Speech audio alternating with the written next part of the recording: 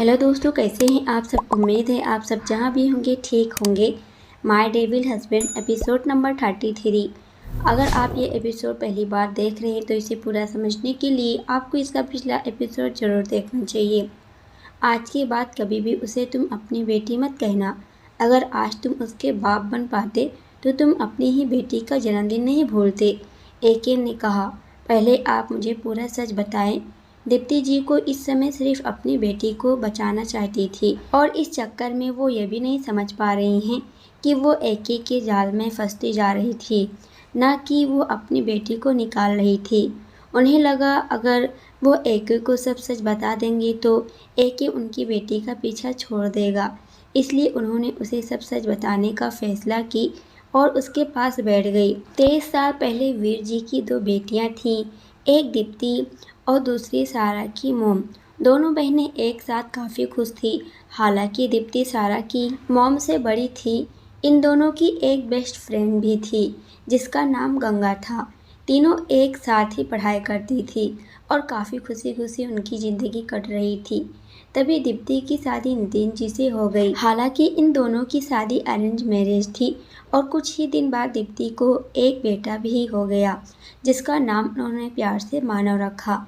दीप्ति को हमेशा ही एक बेटे की ख्वाहिश थी कि उसे बेटी हो, लेकिन उसे बेटा हुआ। यही बात सोचकर वो काफ़ी दुखी थी। तो वहीं दीप्ति की छोटी बहन को अपने ही क्लासमेट अभिषेक से प्यार हो गया और वो अपने पापा से बात की और उनकी भी बहुत जल्द शादी हो गई। हालांकि अभिषेक ने दीप्ति के बहन से शादी सिर्फ उसके पैसे के लिए शादी की थी, क्योंकि उसके पास काफ़ी प्रॉपर्टी थी। वो दोनों अपनी लाइफ में काफ़ी खुश थे। अभिषेक की फैमिली वालों ने भी दीप्ति की बहन को अपना लिया था। सब हंसी खुशी चल रहा था। इसी बीच एके को एक दूसरी लड़की पसंद आ गई जिसका नाम सोनी था। उसके पास भी काफ़ी प्रॉपर्टी थी। एके भी बहुत अमीर था, लेकिन वो लफंगा था। हमेशा अपने बाप के पैसे पर ऐश करता था और कुछ भी नहीं करता था। इसलिए उसके पापा हमेशा उससे नाराज़ रहते थे। ऐसे कुछ साल निकले और ऐसे ही उनकी तीसरी दोस्त की भी शादी हो गई थी और उसको भी एक लड़का हो गया। लेकिन इन दोनों की वो दोस्त भी बहुत अमीर होती है, जो पैसे के लिए एक लड़के ने प्यार का नाटक कर शादी तो कर लिया था, लेकिन अपने घर कभी नहीं लेकर गया था।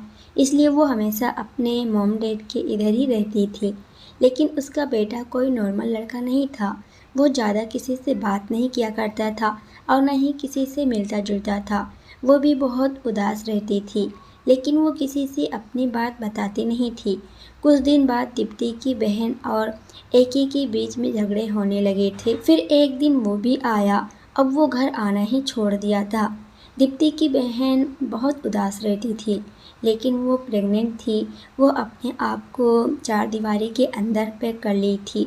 वो ना ही किसी से बात करती थी और ना ही किसी से मिलती जुलती।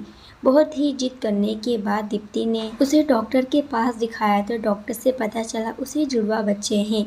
इस बात से वो काफ़ी खुश हो गई थी। इसके बाद यानी कि एके के पिता अपने बेटे के बारे में पता करने की काफ़ी कोशिश की। बाद में उन्हें पता चला कि उसने दूसरी शादी कर लिया और अपनी पत्नी के साथ खुश है। ये बात सुनकर उसके पापा को बहुत गुस्सा आया, लेकिन उन्होंने सोचा कि वो इस बारे में अपनी बहू को कुछ भी नहीं बताएंगे और उसे अपनी बेटी की तरह रखेंगे। हालांकि उनकी एक बेटी भी थी, वो भी शादीशुदा थी, लेकिन उसके कोई बच्चे नहीं थे। वो अपनी भाभी से बहुत प्यार करती थी, लेकिन इसे कभी कभी जलन भी होती थी कि वो माँ बनने का सुख वो कभी भी नहीं भोग सकती है। ऐसे ही धीरे धीरे समय बीतने लगा और एक दिन उसको लेबर पेन स्टार्ट हो गया था। सब उसे लेकर हॉस्पिटल गए और कुछ देर बाद उसने 2 बच्चियों को जन्म दिया। हालांकि वो अभी बेहोश थी। घर के बाकी सभी काफ़ी खुश थे। तभी उन्हें पता चला कि उनकी बेटी एक बेटी को लेकर भाग गई है। ये बात सुनकर एके के पापा जी और उनकी पत्नी को एक धक्का सा लग गया था, क्योंकि पहले ही उनके बेटे ने एक लड़की की ज़िंदगी बर्बाद कर दी और फिर उनकी अपनी बेटी ने उसके जीने की वजह ही छीन ली। ये बात सोच सोच कर वो काफ़ी गिल्ट में जी रहे थे। उन्होंने अपने आदमियों से पता लगाने के लिए कहा तो उन्हें पता चला कि हॉस्पिटल से भागते समय उसका एक एक्सीडेंट हो गया जिसमें वो और उस बच्चे की जान चली गई। ये सुनकर सब टूट गए थे, लेकिन दीप्ति की बहन को बताया गया कि उसकी एक बेटी मरी हुई पैदा हुई थी। ये सुनकर वो काफ़ी दुखी हो गई और डिप्रेशन में चली गई थी। वो कभी कभी अपनी बेटी के साथ ही खुश रहा करती थी, बाकी टाइम वो हमेशा उदास रहती या फिर किसी से बात नहीं करती थी। फिर एक दिन घर के छत से कूदकर खुद की जान दे दी। मिस्टर भाटिया जी को अपने बेटे पर बहुत गुस्सा आया। उनके पास करोड़ों की प्रॉपर्टी थी। उन्होंने सोच लिया था कि वो प्रॉपर्टी वो अपनी इकलौती पोती यानी कि निशा के नाम कर देंगे।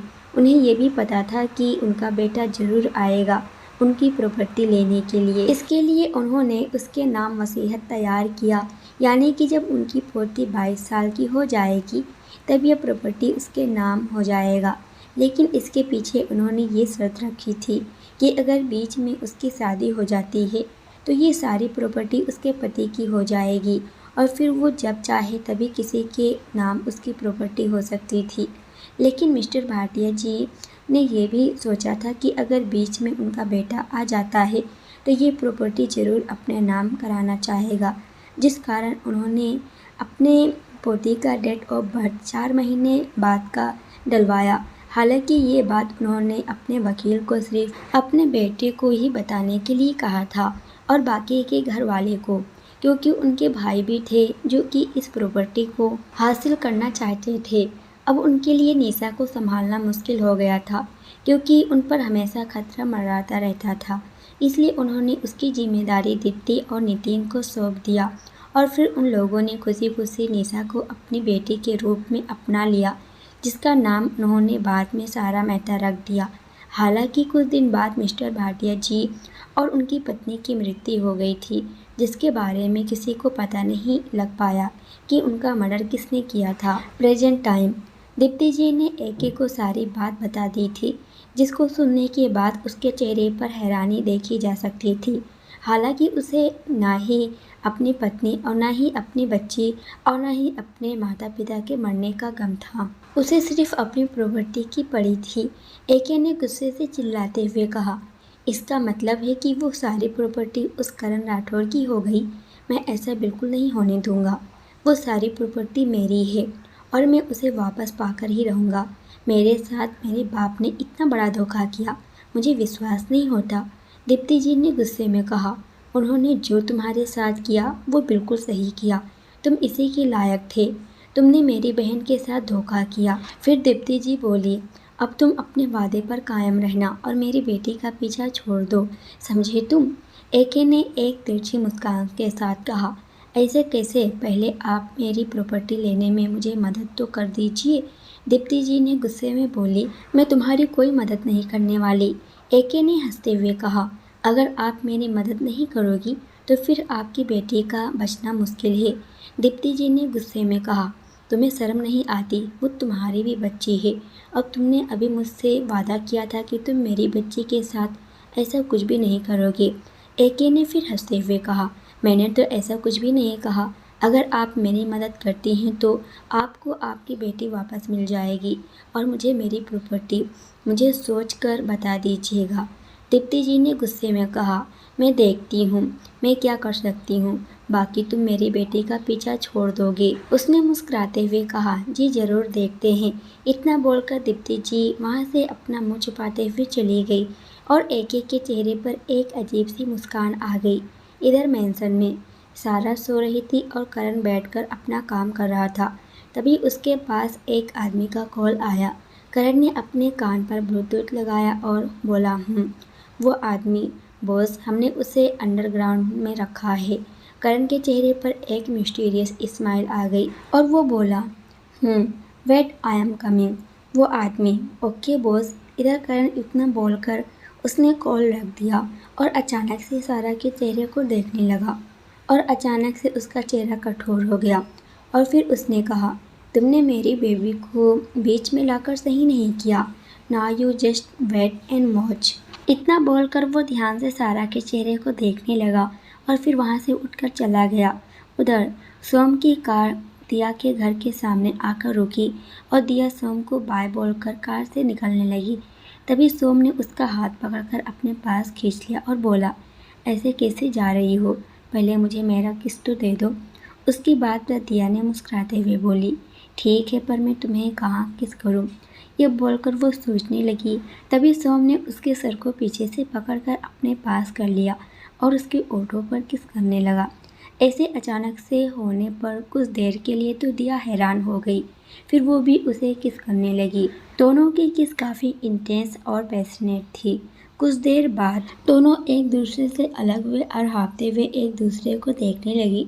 तभी सोम ने दिया के फोरहेड पर किस करते हुए कहा, अब जाओ, कल फिर से मिलते हैं। इतना बोलकर वो उसके चेहरे को देखने लगा। तभी दिया ने भी उसके फोरहेड पर किस की और बोली, ठीक है। फिर वो कार से निकल गई और अपने घर के अंदर चली गई और सोम उसे तब तक देखता रहा जब तक वो चली नहीं गई। उसके घर के अंदर जाते ही सोम भी मुस्कुराते हुए निकल गया। इधर रूपा के घर, रूपा अपनी मॉम के साथ किचन में थी और उनका काम में हाथ बटा रही थी। तभी उसके फ़ोन पर एक मैसेज का नोटिफिकेशन आया। उसने खोलकर देखा तो ये आदर्श का मैसेज था जिसमें लिखा था, आई मिस यू जान। मैसेज देखकर रूपा के चेहरे पर मुस्कान आ गई और फिर उसने लिखा, I miss you too baby. तभी आदर्श का फिर से एक मैसेज आया, मैं तुम्हें देखना चाहता हूँ। उसका मैसेज देखकर रूपा हैरान होते हुए खुद से बोली, अरे यार हद है, अभी ही तो कुछ देर पहले देखा था। फिर उसने आदर्श को रिप्लाई किया, अभी तो देखा था ना। तभी उधर से आदर्श का रिप्लाई आया, मुझे वीडियो कॉल करो अभी के अभी बस। रूपा ने हड़बड़ाकर अपनी मॉम की तरफ देखी, फिर बोली, मम्मी मैं थोड़ी देर में आती हूँ। रूपा की माँ, कहाँ जा रही है? रूपा, 2 मिनट में आती हूँ। इतना बोलकर वो अपने रूम में चली गई और उसने जल्दी से आदर्श को कॉल किया। आदर्श ने तुरंत कॉल पिक कर लिया और फिर रूपा को देखने लगा। रूपा ने इरिटेट होते हुए बोली, अब कुछ बोलोगी भी? आदर्श ने घूरकर उसे देखा और फिर बोला, चुपचाप ऐसे ही बैठी रहो, मुझे तुम्हें देखना है। रूपा ने जैसे ही कुछ बोलना चाहिए तभी उसने देखा आदर्श का चेहरा अभी गुस्से में लाल हो गया था, इसलिए वो चुपचाप बैठ गई और फिर उसकी तरफ देखने लगी और आदर्श अपनी इंटेंस नज़रों से उसे देखता रहा। उधर मेंशन के अंडरग्राउंड में करण सारा को अच्छे से सुलाकर अंडरग्राउंड में चला गया था। उसके अंदर जाते ही सारे बॉडीगार्ड सर झुकाकर खड़े हो गए और एक आदमी दौड़ते हुए उसके पास आया। करण आगे आगे चलने लगा और उसके पीछे वो आदमी और कुछ गार्ड्स थे। चलते चलते करण अंदर गया और उसने देखा कि सामने की चेयर से एक आदमी को बांध कर रखा गया था और ये कोई और नहीं, ये वही सुभाष का वही गार्ड था जो सारा के बारे में पता लगा रहा था। करण ने उसे देखा और फिर तिरछी स्माइल पास की। फिर उसने कहा, तुझे क्या लगा कि तू यहाँ अपनी मर्जी से आया है? ये मेरा एरिया है, मेरा यानी करण राठौर का, और जब तक मैं ना चाहूँ तब तक एक चिड़िया भी इधर पर नहीं मर सकती। फिर तू क्या है? वो आदमी डर के मारे काँप रहा था। उसे पता था कि अब वो यहाँ से जिंदा नहीं जाएगा। फिर करण ने अपनी खतरनाक आवाज़ में उसको देखते हुए कहा, तेरी हिम्मत कैसे हुई मेरी बेबी को आँख उठाकर देखने की भी? वो आदमी इतना डरा हुआ था कि डर के मारे उसके मुंह से आवाज़ भी नहीं निकल रही थी। करण ने फिर से चिल्लाते हुए कहा, मेरी वाइफी के बारे में कोई सोचे भी ये मुझे मंजूर नहीं। तू उसकी फ़ोटो लेने की कोशिश कर रहा था, क्या तुझ में इतनी हिम्मत है? उस गार्ड ने डरते हुए कुछ कहना चाहा, पर उसके मुंह से डर के कारण आवाज़ नहीं निकल रही थी। तभी करण ने अपना हाथ आगे किया और अपने पीछे खड़े आदमी ने उसके हाथों में रोड रख दिया जो कि काफ़ी गर्म था। करण ने उस रोड को देखा और खतरनाक हंसी हंसते हुए उस गार्ड के पास पहुंचने लगा। उसको अपनी तरफ आते देखकर गार्ड की हवाइयाँ उड़ने लगी थी और वो रोने लगा था। अचानक से करण ने उस रोड को उस गार्ड के आंखों में धंसा दिया। ऐसा होते ही पूरे अंडरग्राउंड में एक दर्द भरी चीख गूंज गई। सबने अपना सर नीचे कर लिया और करण के चेहरे पर एक जीत की स्माइल थी। वो गार्ड दर्द के मारे वहीं मर चुका था, लेकिन करण का मन अभी भी नहीं भरा था। उसने अपनी जेब से गन निकाली और उसे अपनी गन से तब तक मारा जब तक उसका मन नहीं भर गया। फिर करण ने कहा, इसकी बॉडी इसके बॉस को भेज दो और उससे कह देना कि जल्दी उससे मुलाकात होगी मेरी। इतना बोलकर वो अपने चेहरे को साफ करते हुए अंडरग्राउंड से बाहर चला गया और वहाँ के सभी लोगों ने चैन की सांस ली। इधर करण अपने रूम में जाने के बाद उसने शावर लिया और फिर अपने कपड़े चेंज करके बाहर आया। तब तक सारा उठ चुकी थी और करण को ही देख रही थी। करण ने जब उसे अपनी तरफ देखते पाया तो उसके पास गया और फिर उसके सर को प्यार से सहलाते हुए कहा, are you feeling better now wifey? Sara धीरे से उसकी गोद में बैठ गई और बोली, बेबी मुझे बाथरूम जाना है। करण ने सारा को गोद में उठाया और फिर उसे बाथरूम में लेकर चला गया। कुछ देर बाद वो सारा को बाहर लेकर आया और उसे बेड पर सुला दिया। फिर वो अपने काम में लग गया। कुछ देर बाद सारा के लिए मिस लेली सूप लेकर आई और करण ने उसे सूप पिला दिया। फिर सारा अपने फ़ोन में कुछ देखने लगी और करण अपना काम करने लगा। उधर मेहता मैंसन में दीप्ति जी और मानव एक साथ बैठे थे और दीप्ति जी ने सारी बात मानव को बता दी थी। तभी मानव गुस्से में खड़े होते हुए बोला, माँ आपको क्या लगता है कि अब धोखेबाज आदमी इसमें आपकी मदद करेगा? आपने ये बिल्कुल भी सही नहीं किया। वो ज़रूर अब सारा को कोई नुकसान पहुंचाएगा। आपको ऐसा नहीं करना चाहिए था। इतना बोलकर वो गुस्से में वहाँ से चला गया। दीप्ति जी ने अपने आप से बोली, क्या मैंने सच में गलत कर दिया? क्या ये मुझे नहीं करना चाहिए था?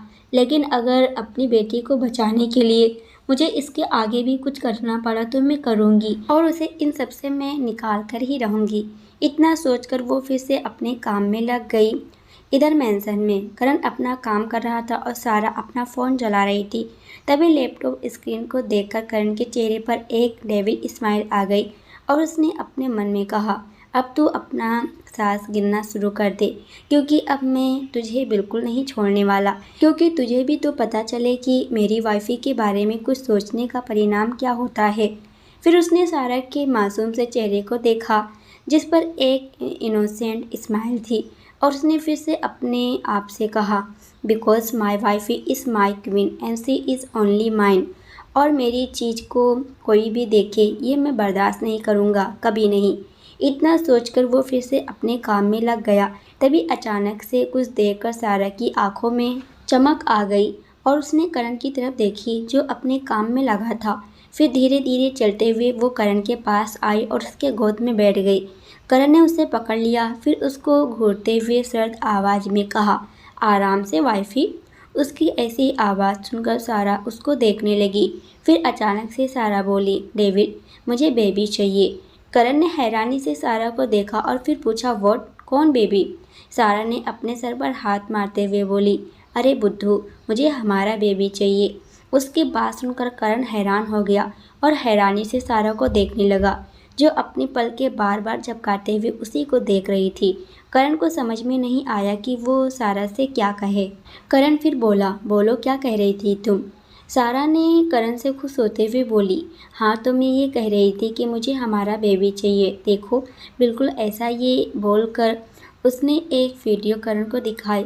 करण वो वीडियो देखा, उसमें कुछ बच्चे खेल रहे थे और एक छोटा सा बच्चा उन सबके बीच में बैठा उन सबको देखकर खुश हो रहा था और अजीब अजीब एक्सप्रेशन दे रहा था और वही खुशी सारा के चेहरे पर दिख रही थी। उस बच्चे को देखकर करण ने सारा के हाथों से उसका फ़ोन लिया और उसे बंद करके साइड में रख दिया। फिर उसने सारा को देखते हुए कहा, वाइफी हम इस बारे में बाद में सोचेंगे, अभी तुम्हारी तबीयत खराब है ना? उसकी बात सुनकर सारा ने उदास होते हुए बोली, पर मैं अभी नहीं बोल रही, जब मैं ठीक हो जाऊंगी तब। करण ने सारा को देखते हुए कहा, वाइफी ये कोई शॉपिंग करने वाली चीज़ नहीं है और अभी तो तुम खुद एक बच्ची हो। वाइफी मुझे भी तुम्हें संभालना है, फिर मैं बच्चे का कैसे सोच सकता हूँ? सारा ने मुँह फुलाते हुए बोली, मैं बच्ची नहीं हूँ और प्लीज़ मैं प्रॉमिस करती हूँ अब मैं बच्चों जैसा बिहेव भी नहीं करूँगी और अब मैं सुधर भी जाऊँगी। प्लीज़ मुझे बेबी चाहिए। करण ने उसे बहुत समझाया, फिर लास्ट में वो हार मानते हुए बोला, ठीक है पहले तुम ठीक हो जाओ फिर हम इस बारे में सोचेंगे। उसकी बातों पर सारा मुस्कुराने लगी। तभी फिर से एक बार करण ने शैतानी मुस्कान के साथ कहा, वैसे तुम्हें उसके प्रोसेस तो पता है ना वाइफी? उसकी बात सुनकर सारा के गाल शर्म से लाल हो गए। फिर वो शर्माते हुए करण से बोली, मुझे पता है, तो आपको ज़्यादा बोलने की ज़रूरत नहीं है। उसकी बातें सुनकर करण ने अपना सर हिलाया, क्योंकि वो बार बार इस लड़की को समझाता था कि उसे तमीज़ से बात करे, लेकिन इस लड़की को समझ में नहीं आता था। और करण, जो कभी भी किसी के आगे झुकना पसंद नहीं करता, वो इस लड़की के सामने झुक जाता था। तो वहीं एक अनजान जगह पर एक घर था जो दिखने में काफ़ी खूबसूरत था। हालांकि वो घर छोटा ही था, पर फिर भी अंदर 2-3 लोगों के रहने के लिए काफ़ी अच्छा था। उसी के अंदर एक लड़की, जिसने शर्ट और ब्लू कलर का टी शर्ट पहन रखी थी, वो बैठकर अपने दोस्त से बात कर रही थी। तभी उसके दोस्त ने कहा, यार गौरी, ऐसे कैसे हो सकता है? हो सकता है कहीं वो तुझे पहले से जानता हो तो। उसकी बात सुनकर गौरी ने गुस्सा करते हुए बोली, ओ जस्ट शट अप अंजू, मैं और वो कभी मिले ही नहीं, फिर कैसे हो सकता है? हाँ, उस दिन गलती से मैं उसके पास चली गई थी, पर उससे पहले मैंने उसे नहीं देखा है और वो मुझे सारा कह रहा था। मुझे तो समझ में नहीं आ रहा।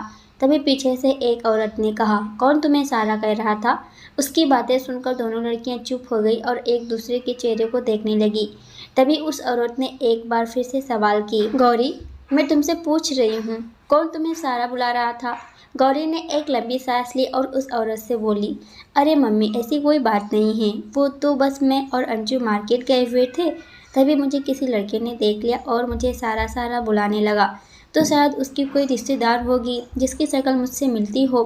उसकी बात सुनकर वो औरत टेंशन में आ गई और कुछ सोचने लगी। फिर उसने कुछ सोचते हुए कहा, क्या उसने तुझे कुछ और भी कहा है? अब गौरी ने इरिटेट होते हुए बोली, मम्मी प्लीज़, अब जाकर आप अपना काम करो, मेरा दिमाग मत खाओ। और उसने और कुछ भी नहीं कहा। फिर उस औरत ने गौरी के सर को सहलाते हुए बोली, प्लीज़ बेटा, किसी अनजान आदमी से बात मत करना, आजकल का जनरेशन तो तुम्हें पता ही है।